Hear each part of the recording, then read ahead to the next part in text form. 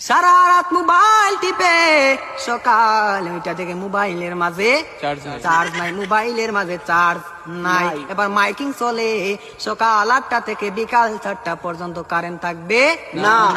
এবার টেনশন আছে না নাই? সারাদিন কারেন্ট থাকবে না, আর যদি কারেন্ট না থাকে আমার মোবাইলটা বন্ধ হয়ে যাবে, আর ওই পারে কথা বলা যাবে না। এবার ওই পার থেকে রাগ করবে কি করবে না?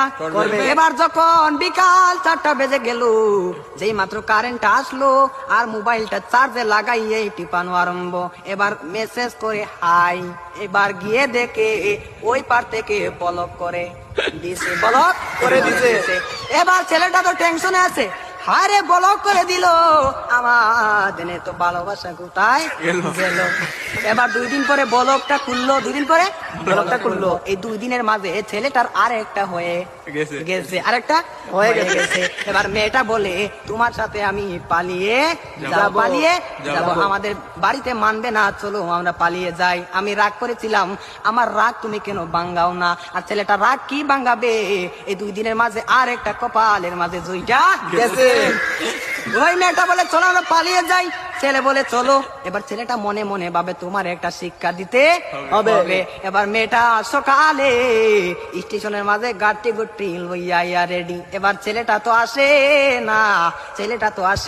না, আর মেয়েটা বাড়িতে কি যাবে, বাড়ির মাঝে 3 হাত লম্বা একটা চিঠি দিয়া পাইছে। পাশের গ্রামের রফিক মিয়ার সাথে পালিয়ে যাবে, বাড়িতে চিঠি দিয়ে যায়, আমি আর বাড়িতে মাঝে কোনোদিন আসবো না। তার নয় কার না, আমি আর কোনোদিন বাড়ির মাঝে আসবো না। আমি চলে গেলাম পাশের গ্রামের রফিক মিয়ার সাথে। এবার রফিক মিয়া তো আর আসে না, না। এবার 1 ঘন্টা চলে যায়, 2 ঘন্টা চলে যায়, ছেলেটার মোবাইলে বন্ধ। মেয়েটা তো আর বুঝার বাকি হলো না, আমাকে চলে গেল ছাড়িয়ে, আমাকে ফাঁকি দিল। এখন তো মরা ছাড়া আর কোনো উপায় নাই। পরের দিন সকালে মাইকের যাওয়া শোনা যায়, সকলে পড়ে ইন্না লিল্লাহি ওয়া ইন্না ইলাইহি রাজিউন।